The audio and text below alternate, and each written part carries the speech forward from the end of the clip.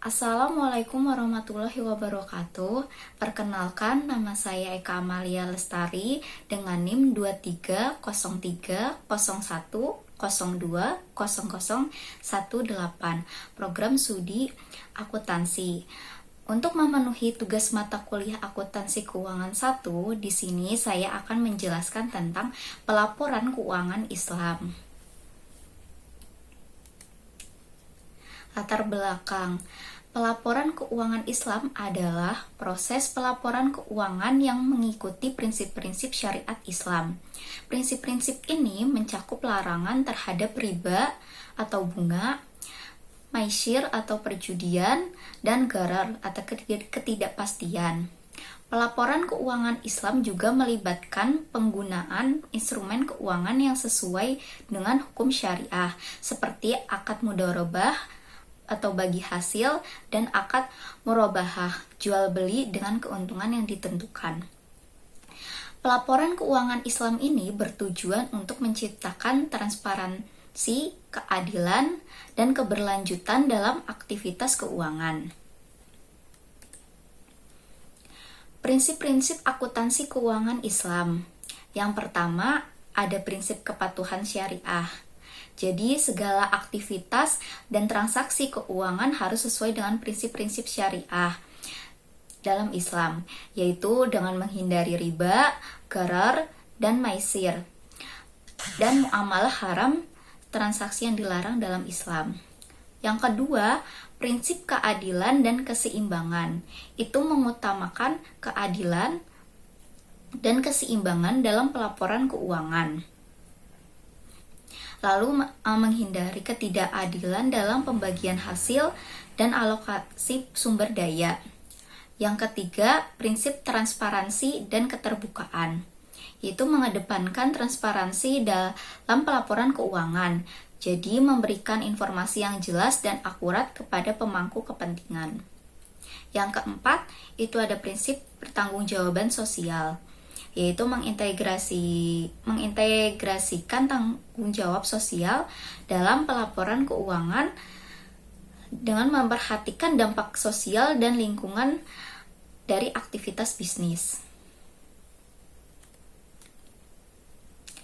Pelaporan keuangan dalam Islam itu berdasarkan prinsip-prinsip pelaporan keuangan itu ya transparansi, pelaporan keuangannya itu harus jujur, akurat, dan tidak menutup-nutupi informasi yang penting. Lalu keadilan, itu pelaporan keuangannya harus adil dan tidak memihak pada pihak tertentu. Lalu kepatuhan syariah, pelaporan keuangannya harus sesuai dengan prinsip-prinsip syariah Islam. Lalu keterbukaan, itu informasi keuangan harus dapat diakses oleh semua pihak yang berkepentingan. Terus pertanggungjawaban, yaitu pelaporan keuangannya harus mempertanggungjawabkan penggunaan dana dan aset secara benar. Terus yang kedua, berdasarkan instrumen pelaporan keuangan. Itu ada laporan keuangan syariah. Itu laporan keuangan yang disusun berdasarkan prinsip-prinsip syariah. Lalu ada laporan keuangan wakaf. Laporan keuangan yang menggambarkan pengelolaan wakaf secara transparan, yaitu habis itu ada laporan keuangan zakat. Laporan keuangan yang mencatat pengumpulan dan penggunaan dana zakat secara akurat. Lalu ada pelaporan keuangan infak dan sodakoh. Laporan keuangan yang menggambarkan pengelolaan dana infak dan sodakoh dengan jelas dan terbuka. Standar pelaporan keuangan Islam. Standar pelaporan keuangan Islam adalah seperangkat aturan dan prinsip yang harus diikuti oleh lembaga keuangan yang beroperasi sesuai dengan prinsip-prinsip syariah. Standar ini bertujuan untuk memastikan bahwa pelaporan keuangan lembaga keuangan Islam mencerminkan transparansi, akuntabilitas, dan kepatuhan terhadap prinsip-prinsip syariah.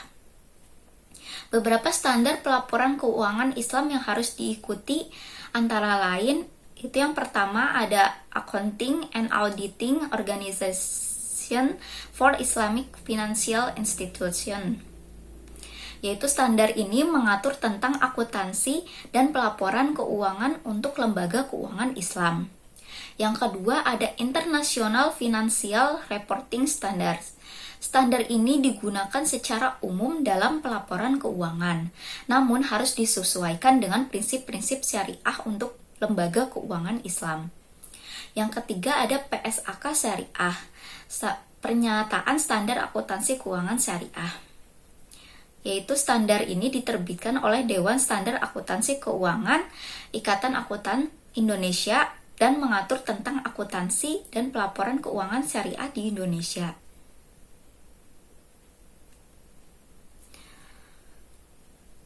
Lalu ada manfaat pelaporan keuangan Islam.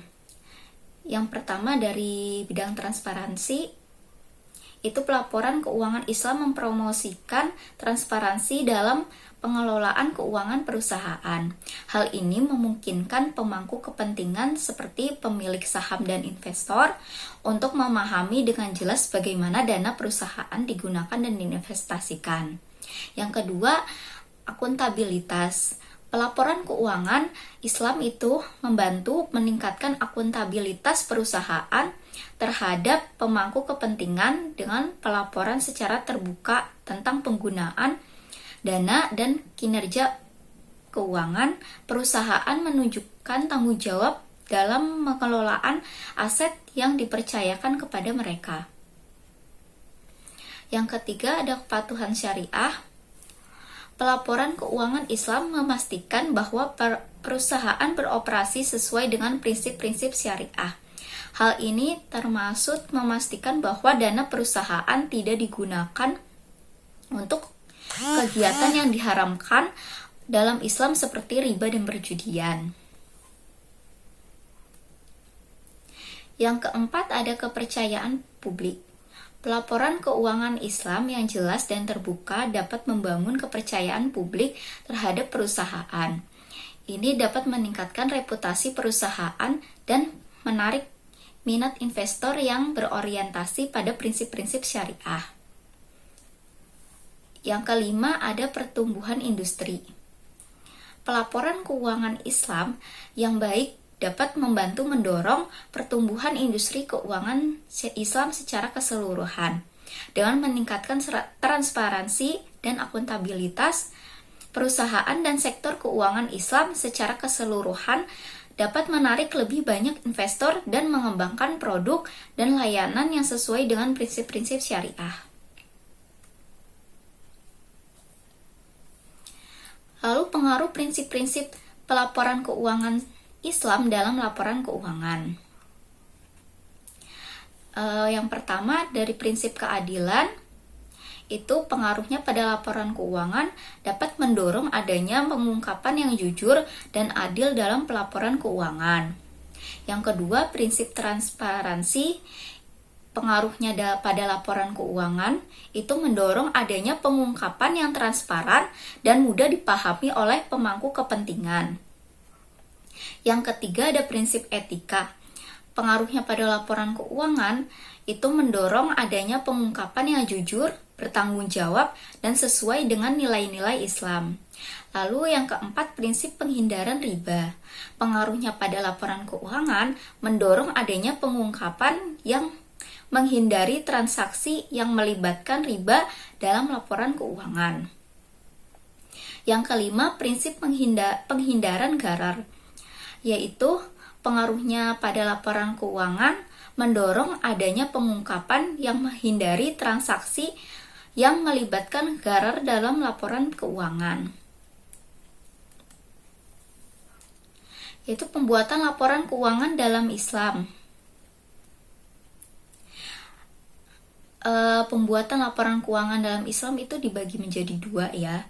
Yang pertama itu akad mudharabah, yaitu instrumen keuangan yang digunakan dalam bisnis syariah, di mana salah satu pihak memberikan modal dan kedua pihak lainnya memberikan usaha atau kerja keras, yaitu ini sistem bagi hasil.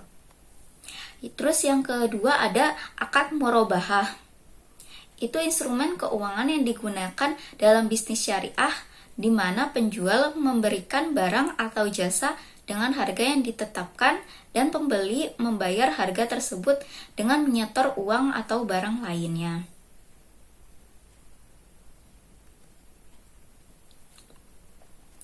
Lalu bagaimana perusahaan dapat mengimplementasikan prinsip-prinsip pelaporan keuangan Islam? Yang pertama, memahami prinsip-prinsip.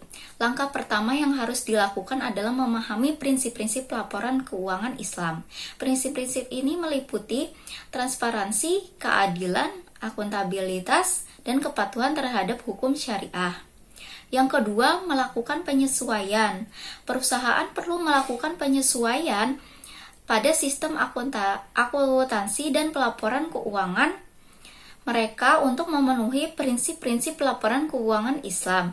Hal ini mungkin melibatkan penggunaan instrumen keuangan syariah, misalnya dana halal dan haram, dan pengungkapan informasi yang relevan dengan prinsip-prinsip syariah. Yang ketiga, mengedukasi karyawan. Perusahaan perlu mengedukasi karyawan tentang prinsip-prinsip laporan keuangan Islam dan pentingnya implementasi yang tepat. Ini dapat dilakukan melalui pelatihan dan workshop yang diselenggarakan secara berkala. Lalu yang keempat, melakukan audit syariah. Perusahaan dapat melibatkan pihak eksternal yang kompeten untuk melakukan audit syariah terhadap laporan keuangan mereka. Audit ini akan memastikan bahwa perusahaan telah mematuhi prinsip-prinsip pelaporan keuangan syariah Islam. Yang kelima, mengkomunikasikan kepada stakeholder. Perusahaan perlu mengkomunikasikan implementasi prinsip-prinsip pelaporan keuangan Islam kepada stakeholder mereka seperti investor, terus karyawan, dan masyarakat. Hal ini dapat dilakukan melalui laporan tahunan, pertemuan pemegang saham, dan media sosial. Tantangan dalam pelaporan keuangan Islam. Yang pertama, kesesuaian dengan prinsip syariah. Pelaporan keuangan Islam harus memastikan bahwa semua transaksi dan kegiatan bisnis sesuai dengan prinsip-prinsip syariah. Hal ini melibatkan pemahaman yang mendalam tentang hukum Islam dan kepatuhan terhadap aturan-aturan yang ditetapkan. Terus ada pemisahan dana. Pelaporan keuangan Islam harus memastikan pemisahan yang jelas antara dana syariah dan dana konvensional. Hal ini memerlukan sistem akuntansi yang tepat untuk melacak pelaporan penggunaan dana yang benar. Lalu ada pengukuran penilaian aset. Pengukuran dan penilaian aset dalam pelaporan keuangan Islam dapat menjadi tantangan. Beberapa aset seperti properti dan investasi mungkin memiliki nilai yang sulit untuk ditentukan dengan akurat sesuai dengan prinsip-prinsip syariah. Lalu pemahaman dan keterampilan. Pelaporan keuangan Islam membutuhkan pemahaman yang mendalam tentang prinsip-prinsip syariah dan keterampilan dalam menerapkan aturan-aturan tersebut dalam praktik akuntansi. Tantangan ini dapat diatasi dengan pelatihan dan pendidikan yang memadai. Baik, demikian yang bisa saya sampaikan. Kurang lebihnya saya mohon maaf. Atas perhatiannya saya ucapkan terima kasih. Wassalamualaikum warahmatullahi wabarakatuh.